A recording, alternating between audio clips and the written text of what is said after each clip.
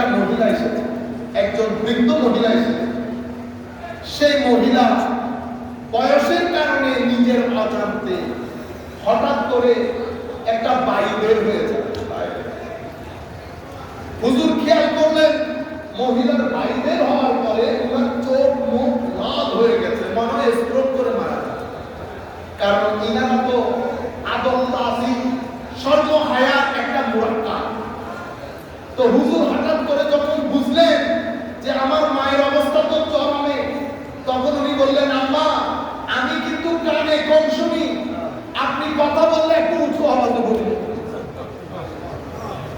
এটা আল্লাহর ওয়ালিদের দরবার, সবকিছু হজম করে ফেলে। আর আমরা দুইজনকে নিয়ে চলতে পারি। লিডারকে লিডার হইতে হয়, লাখ মানুষ আমার সাথে চলবে, প্রত্যেক ব্যক্তি মনে করবে আমি তাকে বেশি মহব্বত করি। এখন আমাদের হিংসা বিদ্বেষ দরবারের মধ্যে থাকি, আদবের ঠিক নাই, ভদ্রতা ঠিক নাই। আমরা বেটা যাওয়ার সময় চেহারা দেখে দেখে রিড করি, ব্যবহার কিরকম, ভদ্রতা কিরকম, এগুলো আদবের দরবার। যখন এই কথা বলেছেন ফাতেমা আসলাম, মহিলা চেহারা দেখে লালিমা সরে গিয়ে উনি একদম কমফোর্টেবল হয়ে গেছেন। উনি কথাবার্তা বলে বের হয়ে গেলেন। হযরত ফাতেমা আসলাম আরেকজনকে খাদেমকে দেখে বলতেছেন, বেটা আজকের পর থেকে এলাকার মধ্যে ছড়িয়ে দিবে, আমি বদিন কানে শুনি না, ততদিন পর্যন্ত আমি বদিন থাকবো যতদিন আমার এই মা দুনিয়াতে হায়াতে থাকবে। কেউ যেন জানতেও না পারে, কেউ যেন জানতেও না পারে। পুরো এলাকার মধ্যে গ্রুপ পিটিয়ে দিল, মানে এলাকার মধ্যে এই নামে বিখ্যাত হয়ে গেল হাতেম আল আসলাম। আজকের দিনও আমরা ওনাকে চিনতেছি হাতেম আল আসলাম। এত আদব, মানুষের পছন্দ অপছন্দকে এত গুরুত্ব দেওয়া। আমরা তুই দোকানের মধ্যে জিন্দগি শেষ, গালিগালাজের মধ্যে জিন্দগি শেষ। গরিব হওয়া এটা বড় বিষয় না, ভদ্র হওয়া বড় বিষয়। আপনি গরিব হওয়া বলে কি গালি দিবেন? না না, সুন্দর পরিবার সেটা গরিবের ঘরেও হইতে পারে, পয়সার ঘরে। একটা মহিলা এসেছে, একজন বৃদ্ধ মহিলা এসেছে। সেই মহিলা বয়সের কারণে নিজের অজান্তে হঠাৎ করে একটা বায়ু বের হয়ে যায়। হুজুর খেয়াল করলেন মহিলার বায়ু বের হওয়ার পরে ওনার চোখ মুখ লাল হয়ে গেছে, মনে হয় স্ট্রোক করে মারা যায়। কারণ ইনারা তো আদম তাসি সর্বহায়াত একটা মুরাক্কা।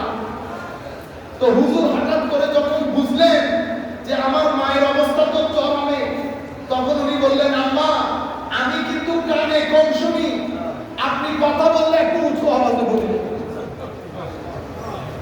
এটা আল্লাহর ওয়ালিদের দরবার, সবকিছু হজম করে ফেলে। আর আমরা দুইজনকে নিয়ে চলতে পারি। লিডারকে লিডার হইতে হয়, লাখ মানুষ আমার সাথে চলবে, প্রত্যেক ব্যক্তি মনে করবে আমি তাকে বেশি মহব্বত করি।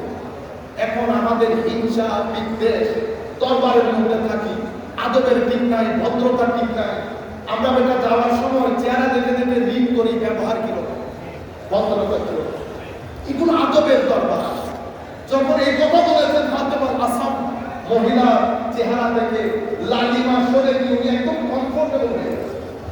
উনি কথাবার্তা বলে বের হয়ে গেলেন।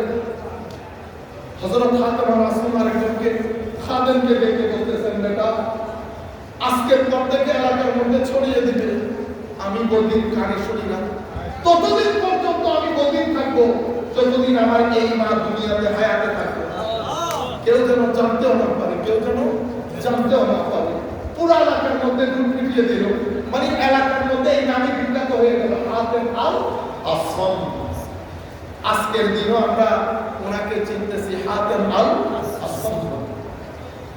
এত আদব, মানুষের পছন্দ অপছন্দকে এত গুরুত্ব দেওয়া।